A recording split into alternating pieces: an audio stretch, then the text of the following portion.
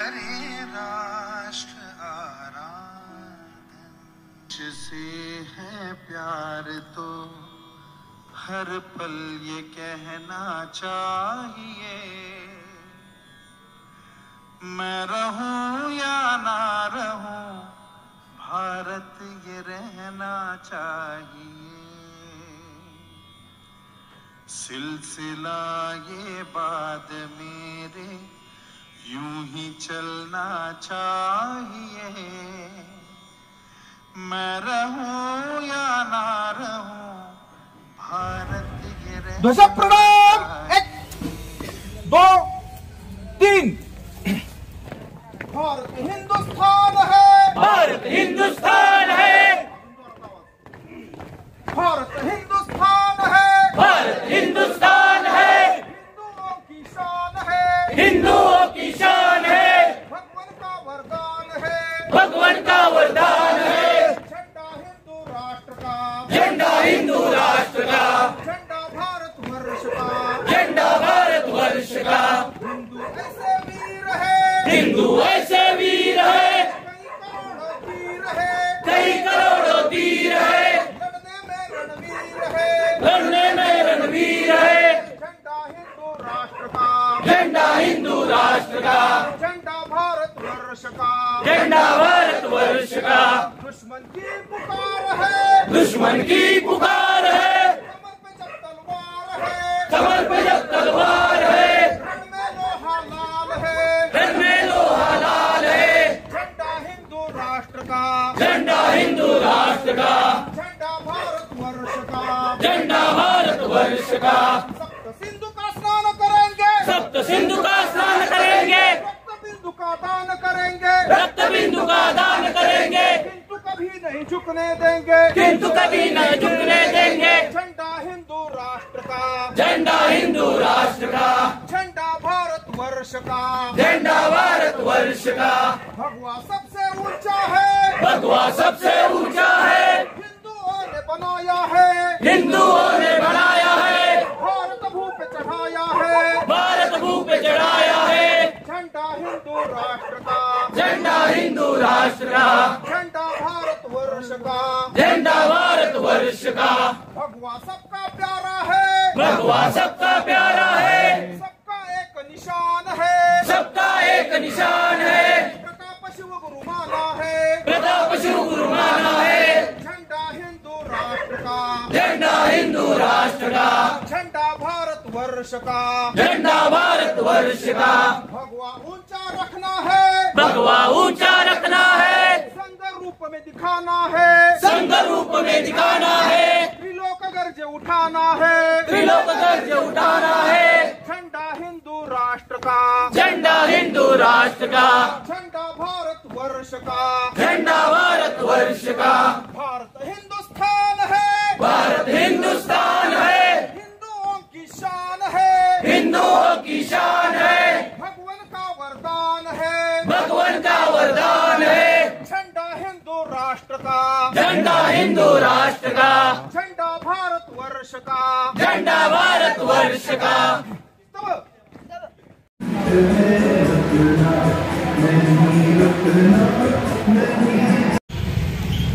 सागर लाटा रोज सांगती नव्या युगाची आव्हाने, गिरिशिखरातून ऐकू येती मायभूमीची जयगाणे, ती आव्हाने पेलायाला उभे राहूया ऐक्याने,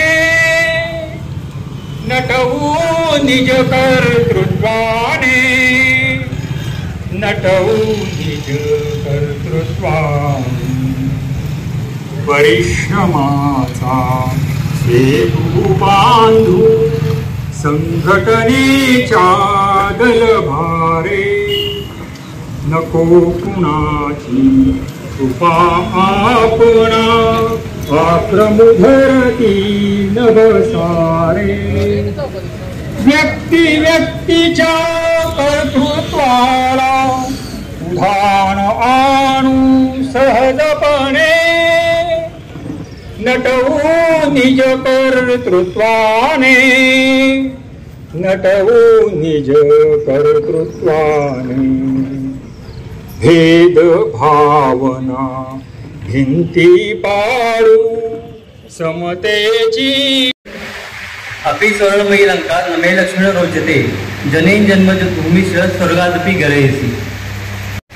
राष्ट्रीय स्वयंसेवक संघाला ह्याच वर्षी 100 वर्ष पूर्ण होत आहे. त्यानिमित्त विजयादशमीच्या मी हार्दिक शुभेच्छा देतो. धन्यवाद. पूज्य डॉक्टर हेडगेवार म्हणतात, आपल्याला आपला हिंदू समाज इतका बलवान करायचा आहे की जगातील कुठलीही वाईट शक्ती त्याच्याकडे वाकड्या डोळा करून पाहू शकणार नाही. आपत्ती आली काही तर त्या ठिकाणी संघ प्रखरतेने धावून गेलेला आपल्याला दिसतो. आपत्तीच्या कालीन नाही ते स्वातंत्र्य काळामध्ये संघाने राष्ट्रीय कार्यक्रमात सुद्धा आपण भरपूर सहभाग घेतलेला आहे. चीनच्या 62 सालचं युद्ध असेल त्यावेळेला सैनिकांना रसद पुरवणं, सैनिकांच्या घरच्या कुटुंबियांना असं काही मदत करणं किंवा लालबहादूर शास्त्री असताना त्यांना सहकार्य करणं. नमस्कार.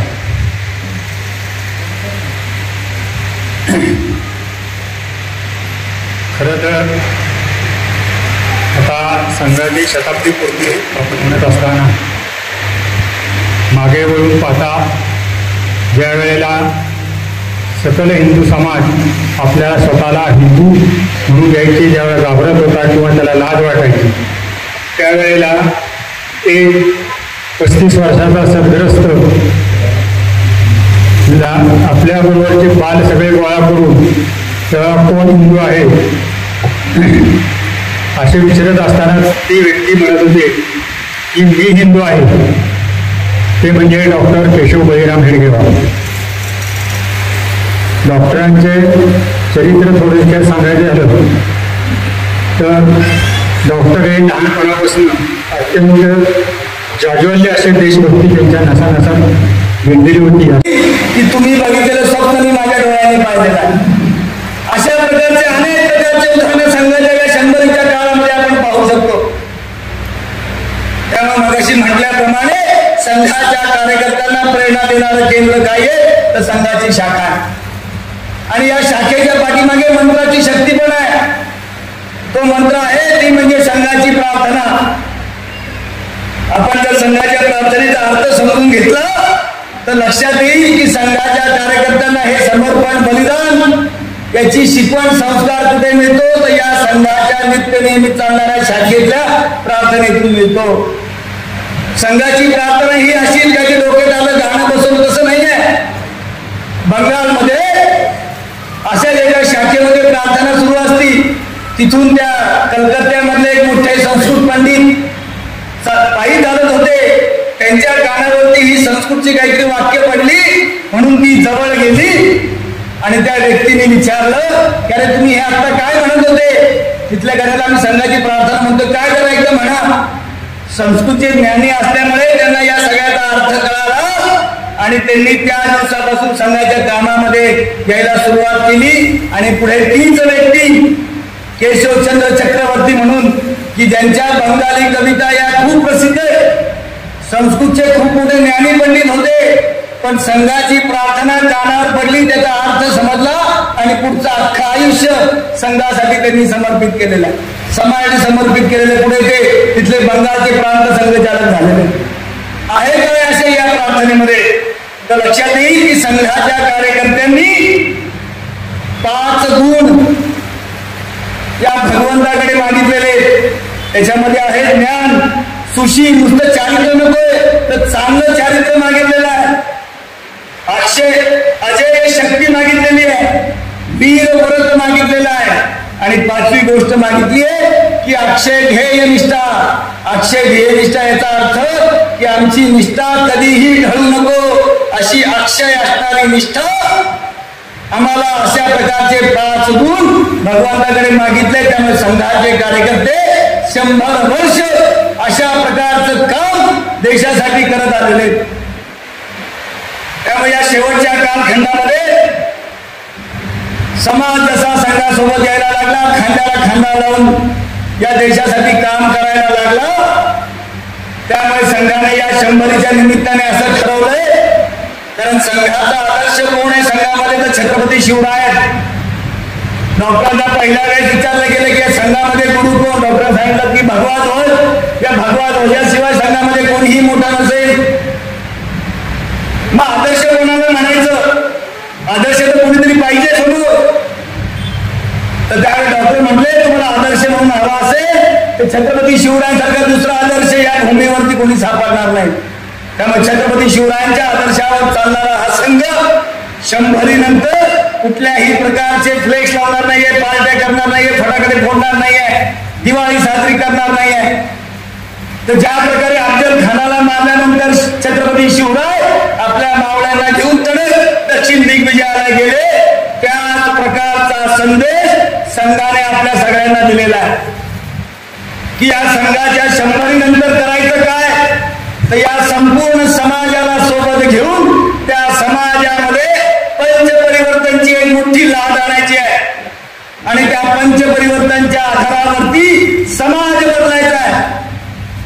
तर काय आहे ही पंचपरिवर्तन की जी आपल्याला आपल्या जीवनामध्ये आणायची आहे. ही जी पंचपरिवर्तन मी सांगणार आहे ही लोकांना भाषण देऊन सांगण्यासाठी नाहीये, तर प्रथम पुरुषी एक वचनी माझ्यामध्ये मी पहिले हे सगळे बदल करीन, माझ्यानंतर माझ्या परिवारात करेल आणि परिवाराला सोबत घेऊन समाजामध्ये करेल. त्यामुळे समाज बदलण्यापूर्वी पहिले स्वतःला बदलणं, परिवार बदलणं आणि मग समाजाला बदलायला जायचं आहे.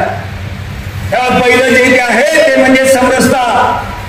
डॉक्टर बाबासाहेब आंबेडकरांनी घटना लिहित असताना घटनेच्या प्रस्तावनेमध्ये समता नावाचा शब्द दिलेला आहे. बाबासाहेबांच्या स्वप्नातली समता या देशामध्ये आणायची असेल तर या देशातल्या प्रत्येक नागरिकांमध्ये समरसतेचा भाव हा उत्पन्न झाला पाहिजे. त्यामुळे समरसता हे भाषणाचा मुद्दा नाहीये, तर समरसता हे आपल्या स्वतःमध्ये बदल करून आणण्याचा मुद्दा आहे. मी काही वर्षापूर्वी मालेगावला प्रचारक होतो, तर त्या येवला शहरामध्ये एक तर्टे काका नावाचे आपले ज्येष्ठ कार्यकर्ते होते, वृद्धापक, आणि त्यांना मरण आलं आणि त्यांच्या श्रद्धांजलीचा कार्यक्रम त्या येवल्यातल्या सगळ्या नागरिकांनी ठेवलेला होता. तिथे प्रचारक असल्यामुळे मला जाण्याचा योग आला, भाग्य मिळालं, अनेकांच्या आठवणी या निमित्ताने ऐकायला मिळाल्या.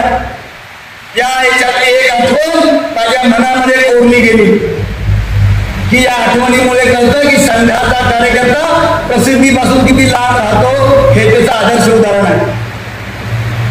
त्यांच्या श्रद्धांजलीचे भाषण सुरू होते, असे एक आजोबा उभे राहतात, काठी टेकवत येतात आणि सांगतात मला तर्टे काकांविषयी काहीतरी बोलायचं आहे. तर ती जी व्यक्ती होती ती व्यक्ती त्या गावातली स्वच्छता कर्मचारी होती, रिटायर झाली होती, निवृत्त झाली होती. त्या पालिकेमध्ये काम करायची, स्वच्छता कर्मचारी म्हणून काम करायची, रस्ते झाडायची, गटारी साफ करायची, ड्रेनेज साफ करायची, अशी ती व्यक्ती बोलायला उभी राहिली आणि बोलण्याची सुरुवात करता करता ती व्यक्ती रडायला लागली. सगळ्यांना वाटलं कदाचित काकांच्या आठवणीमध्ये रडत असेल. मग त्यांनी ज्या वेळेस बोलायला सुरुवात केली त्यांनी सांगितलेला प्रसंग आपल्या सगळ्यांना समरसता काय हे समजवणारा.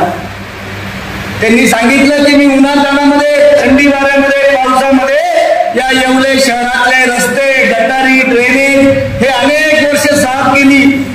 उन्हातानामध्ये काम करत असताना कधीतरी घसा कोरडा पडायचा, घामेचा, पाण्याची कमतरता भासायची. कुठला दरवाजा वाजवला तर काही घरातून पाणी मिळायचं पण नाही आणि ज्या घरातून पाणी मिळायचं तिथला तांबडा भांड्याने पाणी पिल्यानंतर दिवसभर घराच्या बाहेर असायचा, कारण माझा हात त्याला लागलेला असायचा. घरात दिवस कोणी नेत नव्हतं. पण हे तर्टे काकांचं एक घर असं होतं की ज्या घराच्या स्वयंपाकघरापर्यंत मला यायची परवानगी होती. मी माझ्या आयुष्यात ज्या वेळी त्यांच्या गल्लीतले रस्ते, गटारी, ड्रेनेज साफ करायचो, मैला उचलायचो, त्याच्या वेळी मला तहान लागली तर तर्टे काकांनी कधीही मला अडवलं नाही आणि सांगायचे स्वतःच्या हाताने जाऊन आतमध्ये जाऊन पाणी घे. याला म्हणतात समरसता की आपले जे जातीचे जोडे ते आपल्या उमऱ्याच्या आतमध्ये काढायचे आणि उमरा ज्यावेळेस आपण ओलांडू त्यावेळेस समोर जी व्यक्ती दिसेल ती माझीच आहे, हिंदू आहे, अशा प्रकारचा भाव मनामध्ये निर्माण करणं म्हणजे समरसता आहे. त्यामुळे समरसता हा भाषणाचा मुद्दा नाही आहे, तर अशा प्रकारचा भाव आपल्याला कळणं म्हणजे समजत आहे. दुसरा मुद्दा आहे तो म्हणजे स्वचा बोध. जिथे जिथे स्व लागलं जातं त्या सगळ्या विषयीचा अभिमान मनामध्ये निर्माण करणं.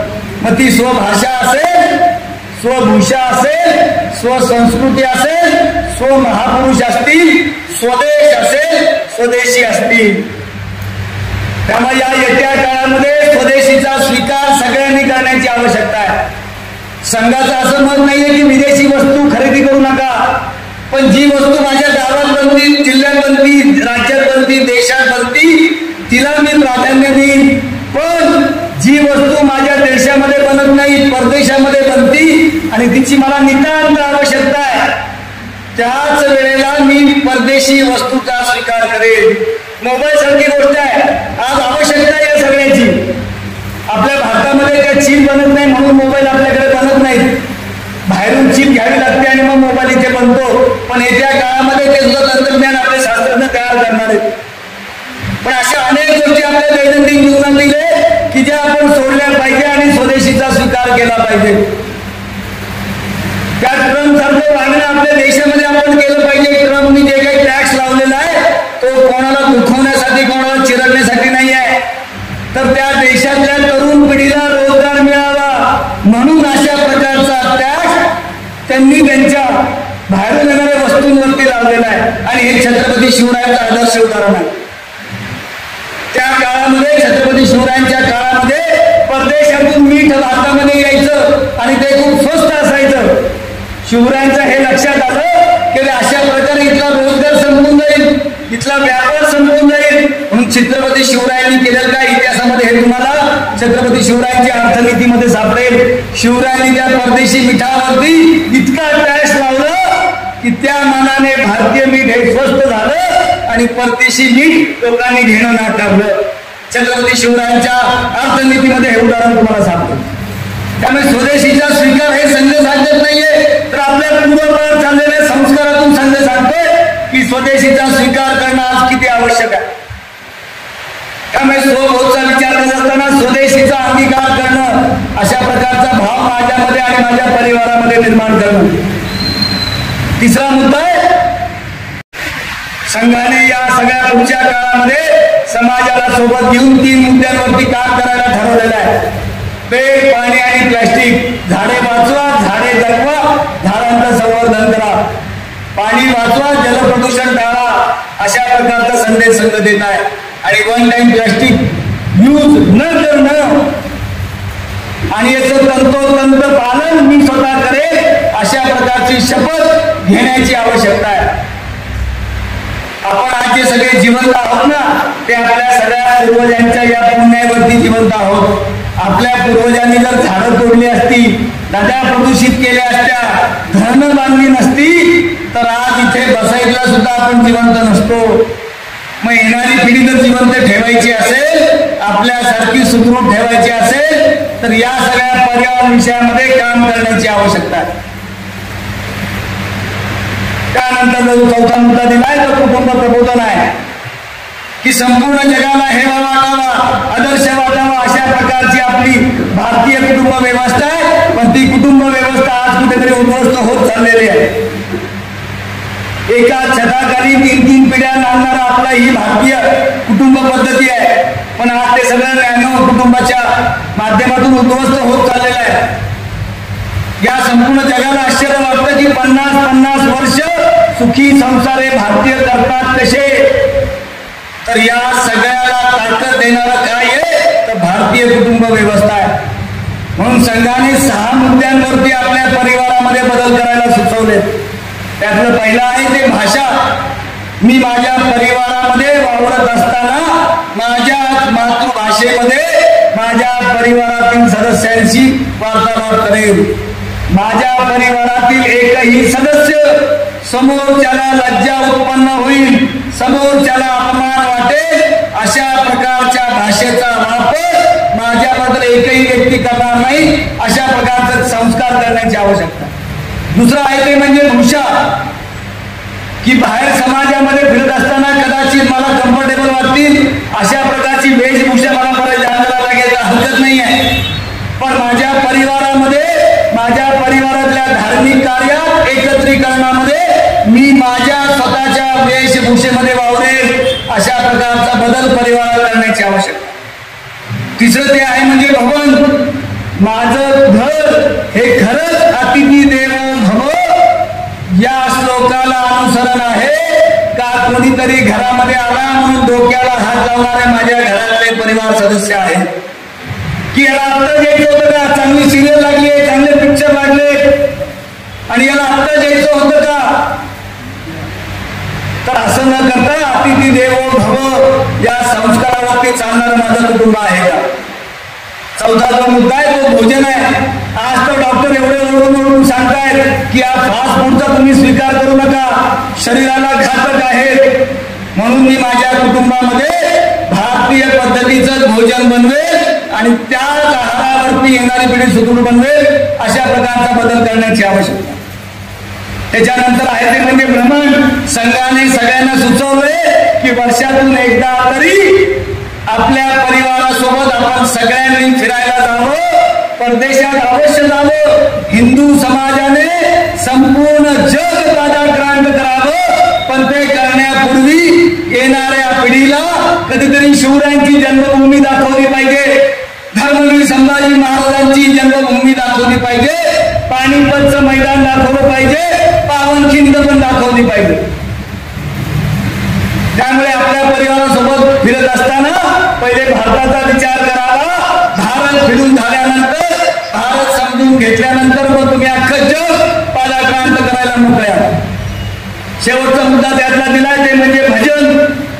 इथे बसलेले जे सगळे 40च्या पुढचे असं सगळ्यांना आठवत असेल की आपली आई आणि आजी रोज संध्याकाळी देवासमोर बसून काहीतरी श्लोक आपल्याला म्हणायला लावायची. तो जो झालेला आपल्यावरती धार्मिक संस्कार आहे तो संस्कार येणाऱ्या पिढीला देण्याची आवश्यकता आहे. त्यामुळे कुटुंबामध्ये रोज शक्य नसेल, आठवड्यातून एक दिवस तरी आपण सर्वांनी कुटुंबाला सोबत घेऊन काहीतरी धार्मिक पठण करावं, आरती करावी, काहीतरी भजन म्हणावं आणि त्यासोबत आठवड्यातून एक दिवस तरी संपूर्ण कुटुंबाने एकत्र बसून भोजन करावं. त्यामुळे असं हे भाषा, भूषा, भवन, भोजन, भ्रमण आणि भजन याच्या आधारावरती माझा परिवार हे आदर्श परिवार बनवता येईल का अशाचा विचार करण्याची आवश्यकता आहे. आणि शेवटचा जो मुद्दा आहे की तो खरं तर या देशामध्ये अनेक जणांनी या देशाच्या स्वातंत्र्याचा अनेक वेळा सांगितलेला आहे की नागरी शिष्टाचार या देशाची घटना बनवत असताना परमपूजनीय डॉक्टर बाबासाहेब आंबेडकरांनी घटनेमध्ये मूलभूत अधिकारांच्या पूर्वी मूलभूत कर्तव्ये दिलेली आहेत. एक प्रश्न तुम्हाला सगळ्यांना विचारतो, कारण आपण सगळे मॅकोलेच्या शिक्षण पद्धतीमध्ये सगळे शिकलेले आहोत, त्यामुळे कदाचित या प्रश्नाचं उत्तर आपल्याला माहिती नसेल. काही जणांना कदाचित माहिती असतील ज्यांनी घटनेचा अभ्यास केला. प्रश्न असा आहे, त्याचं उत्तर मोठ्याने द्यायचं नाही, मनामध्ये द्यायचं. प्रश्न असा आहे की डॉक्टर बाबासाहेब आंबेडकरांनी घटना लिहित असताना या देशातील नागरिकांना किती प्रकारची कर्तव्ये पाळायला सांगितलेली, तो आकडा मनामध्ये उत्तर द्या. 2 सेकंद तुम्हाला देतो. त्याचं उत्तर आहे की डॉक्टर बाबासाहेब आंबेडकरांनी घटना लिहिताना 11 प्रकारची मूलभूत कर्तव्य या देशातल्या प्रत्येक नागरिकाला पाळायला सांगितलेली. पण या देशाच्या नागरिकांवरती 2 वाक्यांचा इतका प्रभाव बसलेला आहे की ती वाक्य या पिढीपासून दुसऱ्या पिढीकडे आपसूक जातात.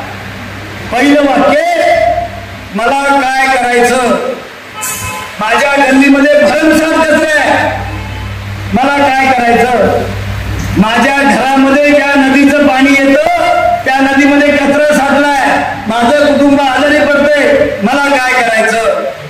हे जे मला काय करायचं वाक्य आहे ना, हे या देशाला बर्बाद करणारं वाक्य आहे. आणि दुसरं वाक्य आहे, त्यांनी काय होतं, नाही वेळ पाळली, 4चा उत्सव आहे, 4:30 गेलो, काय होतंय. अरे पण तो 4 वाजता आलाय, त्याचा विचार करतो, अर्धा तास वाट बघतोय. ताजमानेने कॉलर करून सांगतो माझा मुलगा 6वीला शिकतो पण 2 व्हीलर चालवतो. अरे लायसन आहे का त्याच्याकडे? त्याला काय होतं?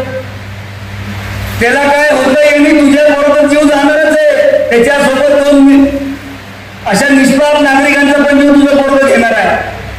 आणि त्या पोरावरती केस होत नाही, बापाला हात टाकतात का आता बापाच्या नावावर गाडी असती म्हणून. त्यामुळे त्यांनी काय होतं ना तर यांनी खूप काही होतं. ही 2 वाक्य आपण सगळ्यांनी आपल्या आयुष्यातून डिलीट केली तर मला वाटतं की या देशाचं भवितव्य हे येणाऱ्या पिढीमध्ये आपण चांगल्या प्रकारे बघू शकतो. त्यामुळे पंचपरिवर्तनच्या आधारावरती आपण सगळ्यांनी हा देश बदलायला घ्यायचा आहे. भारत को देखो, भारत को समझो, भारत के बनो और भारत को बनाओ. त्यामुळे देशाला बघायचं, उड्या डोळ्यांनी बघायचंय, हे विभेदीने नसलेला देश बघायचा आहे. या देशाला समजून घ्यायचा आहे. हा देश किती शक्तिशाली आहे, किती विजयी परंपरेचा देश आहे हे समजून घ्यायचं आहे. या देशाचं खरोखरपणे बनायचं आहे.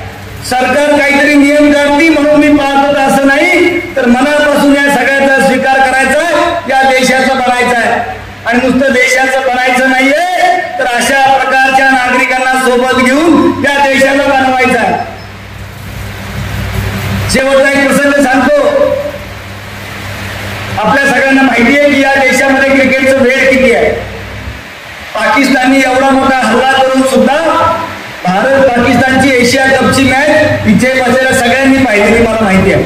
सगळे नाही म्हणतील पण सगळ्यांनी पाहिलेली आहे. किमान स्कोअर तरी बघितलेला नाही काय तर दुसऱ्या दिवशी पेपरमध्ये ती बातमी तरी वाचलेली आहे. असं एकही इथे बसलं की त्याला या मॅच विषयी काहीच माहिती नाही. तर या भारताला वेळ लावणारं क्रिकेट आहे आणि असं अख्ख्या जगाला वेळ लावणारं फुटबॉल आहे. विचार करा की अख्ख्या जगाला वेळ लावणारा फुटबॉल आहे आणि त्या फुटबॉलच्या वर्ल्ड कपची म्हणजे दर 4 वर्षातून येणारा वर्ल्ड कप, अशा वर्ल्ड कपची फायनलची मॅच आहे. आणि त्या फायनलच्या मॅच मध्ये संपूर्ण जगाला हरवणारे 2 तुल्यबळ संघ समोरासमोर उभे. त्यांची झुंज चालू आहे. झुंज कशी आहे याचं वर्णन करायचं असेल तर 2 ताकदवान मदमस्त हत्तींना जर दारू पाजली आणि जर त्यांची झुंज लावली तर ते ज्या प्रकारे लढतील त्या प्रकारची लढाई त्या मैदानामध्ये सुरू आहे. पडतायत, रडतायत, निवडतायत, रक्त येते, घोषणा देत आहेत, एकामेकाला प्रोत्साहन देत आहेत. पण माझा देश जगज्जेता झाला अशा प्रकारची भावना मनामध्ये ठेवून हे खेळतात. आणि या सगळ्या उत्सुकतेमध्ये, या सगळ्या विजिगुषी वृत्तीमध्ये पहिला हात संपतोय. पहिला हात नंतर लक्षात येतं की दोन्ही संघ समान पातळीवरती उभे. ब्रेकचा टाइम होतोय, त्याच्यामध्ये पुन्हा स्ट्रॅटेजी ठरवली जाते, पुन्हा बदल केले जातात, व्यूहरचना ठरवली जाते. आणि या सगळ्या चर्चेला विराम देत शिट्टी वाजते आणि सेकंड हाफ चालू होतो. सेकंड हाफ मध्ये पुन्हा तेच चित्र आहे. 2 मदमस्त हत्ती एकामेकाला झुंज देत आहेत, पडतायत, रडतायत, निवडतायत, घोषणा देत आहेत, एकामेकाला आधार देत आहेत, प्रोत्साहन करतायत. पण माझ्या देशाला जगज्जेता करायचंय, विश्वविजेता करायचंय म्हणून रक्ताचं पाणी आणि पाण्याचा घाम करून लढतात. आणि अशा सगळ्या लढाईमध्ये सेकंड हाफ सुद्धा संपतोय आणि स्कोर बोर्ड बघितलं लक्षात येतं की पुन्हा दोन्ही संघ समान पातळीवरती, समान गोलवरती उभे. रेफरी मैदानामध्ये येत आहेत, चर्चा करतायत की आता काय करायचं. आणि एका प्रदीर्घ चर्चेनंतर असं ठरतं की शेवटचे 10 मिनिटं देऊया. या 10 मिनिटांमध्ये जो पहिला गोल करेल तो विश्वविजेता, तो जगज्जेता ठरेल. आणि मग या घोषणेची जशी शेवट होतो तशी ती मॅच चालू होती आणि 5व्या-6व्या मिनिटाला एक संघ दुसऱ्या संघावरती गोल करतो. जो संघ हरलाय त्या देशामध्ये स्मशान शांतता व्हायला आले सगळ्यांना. आणि जो देश जिंकलाय आणि त्याचे जे पाठीराखे असे सगळे आनंदामध्ये नाहून निघाले. दिवाळी सुरू आहे, दारूचा महापूर आलेला आहे, देशाच्या नावाने घोषणा देत आहेत. आणि हे सगळं चित्र, तो एक कॅमेरा जसे हे मला टिपतायत तसं एक कॅमेरा त्या मैदानामध्ये फिरत असतो आणि फिरता फिरता एका ठिकाणी थांबतो आणि लक्षात येतं की विजयी संघातला खेळाडू त्या कोपऱ्यात बसून रडतोय. सुरुवातीला वाटतं 4 वर्षाची मेहनत आहे, रक्ताचं पाणी पाण्याचा घाम केलेला आहे, त्यामुळे कदाचित आनंदाश्रू असतील म्हणून दुर्लक्ष करून तो कॅमेरा पुन्हा फिरायला लागतो. पुन्हा काही वेळांनी आनंदाचे क्षण टिपल्यानंतर पुन्हा त्या ठिकाणी येतो.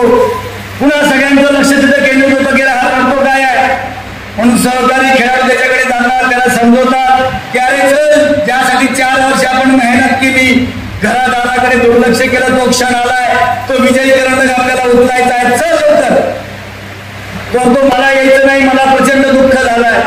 दुःख हा शब्द ऐकल्या त्या सहकारी खेळाडूंच्या तळपायाची आग मस्तकामध्ये पोहोचते आणि ते शिव्यांची लाखोने त्याला व्हायला लागतात, काही जण मारायला धावतात. अशा सगळ्यांना कंट्रोल करत तो टीमचा कॅप्टन सगळ्यांना घेऊन जातो आणि कोचला म्हणतो की असं असं झालंय, तो देशद्रोही नालायक हरामखोर, मला दुःख झालंय असं म्हणतो. तो कोच प्रचंड हुशार असतो, त्याला माहिती आहे की हा जो खेळाडू आहे ना, याच्यामुळेच आपण आजचा दिवस पाहतोय. संपूर्ण स्पर्धेमध्ये सर्वाधिक गोल करणारा जो खेळाडू आहे, काहीतरी घडलंय त्याच्याशिवाय हा बोलणार नाही. मग ते जातात त्याच्याकडे, आई बापाच्या मायेने पाठीवरून हात फिरवतात आणि विचारतात, बाळा काय झालं, लेकरा का रडतोय? तो म्हणतो सर असं झालंय की या 100-110 मिनिटाच्या खेळामध्ये माझा देश विश्वविजेता झाला. या विश्वामध्ये माझ्या देशाला हरवणारा कोणीही नाहीये, जगज्जेता झालोय. पण या 100-110 मिनिटाच्या खेळामध्ये त्या बॉलला माझा पाय सुद्धा लागला नाही. माझ्या देशाच्या जगज्जेता पदामध्ये माझं योगदान काय? स्वामी विवेकानंदांनी उघड्या डोळ्यांनी श्रीपाद शिलेवरती बसून स्वप्न बघितलेलं आहे की ही भारत माता जगज्जेता पदाच्या सिंहासनावर बसली आणि हा भारत संपूर्ण जगाला दिशा दाखवण्याचं काम करतोय. हे उघड्या डोळ्यांनी बघितलेलं स्वप्न कधी ना कधी साकार होणार आहे आणि त्या दिवशी त्या खेळाडूसारखं जर लढायचं नसेल तर आजच्या विजयादशमीच्या उत्सवाच्या निमित्ताने आपण सगळ्यांनी आपल्या आयुष्यातला काही ना काही वेळ समाजासाठी खर्च करण्यासाठी आपल्या घराचे उंबरे दरवाजे हे तोडायचे, त्यांची सगळे बंधनं तोडल्याशिवाय समाजात पुढे येणार नाहीये. समाज जोपर्यंत संघटित होत नाही तोपर्यंत देश मोठा होणार नाहीये. त्यामुळे या विजयादशमीच्या निमित्ताने प्रभू श्रीरामचंद्र आपल्या सगळ्यांना ज्ञान देवो, चारित्र देवो, शक्ती देवो, सामर्थ्य देवो, ध्येय निष्ठा देवो. आपल्या मनामध्ये देशभक्तीची एक ज्वलंत अशी ज्योत आपल्या मनामध्ये पेटवली जावी, त्यासाठी प्रभू श्रीरामचंद्र आपल्या पाठीशी ठामपणे उभे. आपण फक्त सगळ्यांनी या पंचपरिवर्तनच्या आधारावरती स्वतः बदलणं, परिवार बदलणं आणि समाजासमोर एक आदर्श म्हणून उभं राहणं, अशा प्रकारचा संकल्प आपण जर आज सगळ्यांनी घेतला तर खऱ्या अर्थाने विजयादशमीला आपण शस्त्रांचं पूजन केलंय असं मला वाटतं.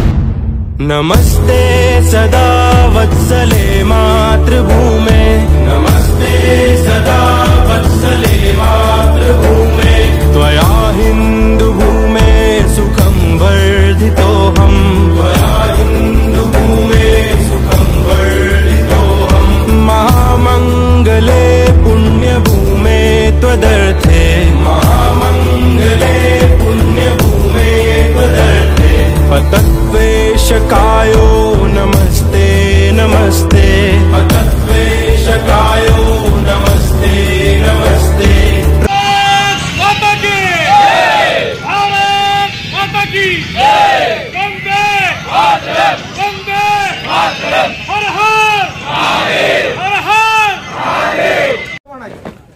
अन्यथा म्हणायचं नाही काय बाकी.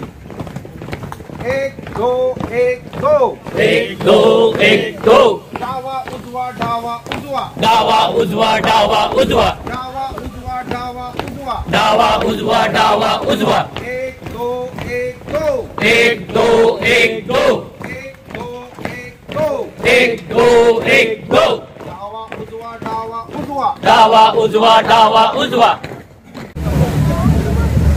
भारत माता की भारत माता की वंदे वंदे जय श्रीराम जय श्रीराम जय श्रीराम जय श्रीराम.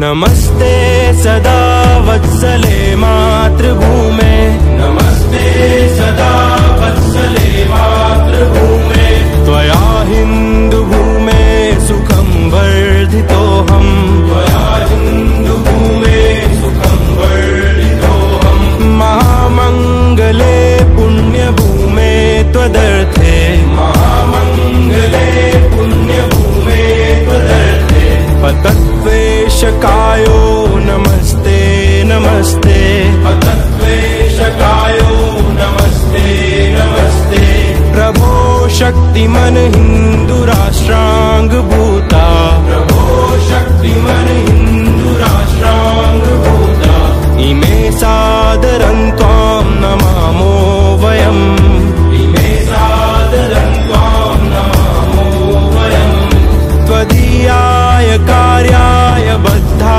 कटीयम् त्वदीयाय कार्याय बद्धा कटीयम् शुभामाशिषं देहि तत्पूर्तये शुभामाशिषं देहि तत्पूर्तये अजय्याञ्च विश्वस्य देहीश शक्तिम् अजय्याञ्च विश्वस्य देहीश शक्तिम् सुशीलं जगद्येन नम्रं भवेत् सुशीलं जगद्येन नम्रं भवेत् श्रुतं चैव यत्कण्टकाकीर्णमार्गं श्रुतं चैव यत्कण्टकाकीर्णमार्गं स्वयं स्वीकृतं नः सुगं कारयेत् स्वयं स्वीकृतं नः सुगं कारयेत् समुत्कर्षणुः श्रेयसस्येकमुग्रम् समुत्कर्षणुः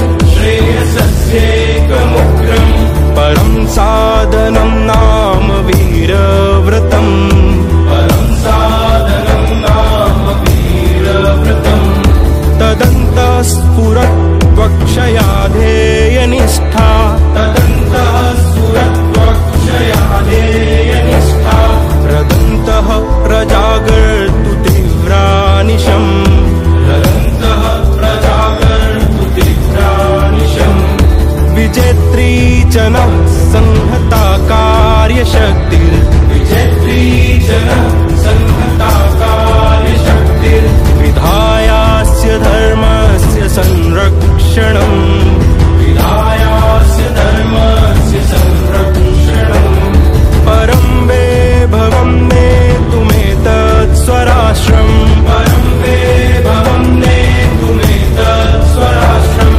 समर्था भवत्वाशिषा ते भृशम् समर्था भवत्वाशिषा ते भृशम्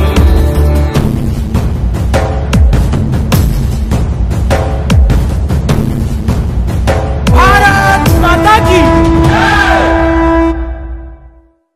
विश्वकर्मा फूड्स इंडियाची शुद्ध सोयाबीन पासून बनवलेली उत्पादनं, शुद्ध शाकाहारी वेगन फूड, उच्च दर्जाचे प्रोटीन रिच कॅल्शियम युक्त हर्बल उत्पादने, flavoured milk, tofu paneer, shrikhand, amrakhand, दही, लस्सी, सोया आटा, नानकटाई, बिस्किट, सोयासत्व विटा पावडर, कोलेस्ट्रॉल फ्री, प्रिझर्वेटिव्ह नसलेली लो फॅट सोयाबीन उत्पादनं सर्वत्र उपलब्ध. डीलरशिप आणि होम डिलिव्हरीसाठी संपर्क Vishwakarma foods India, MIDC Koregaon, taluka Koregaon, जिल्हा सातारा. मोबाईल 98 222 17 655.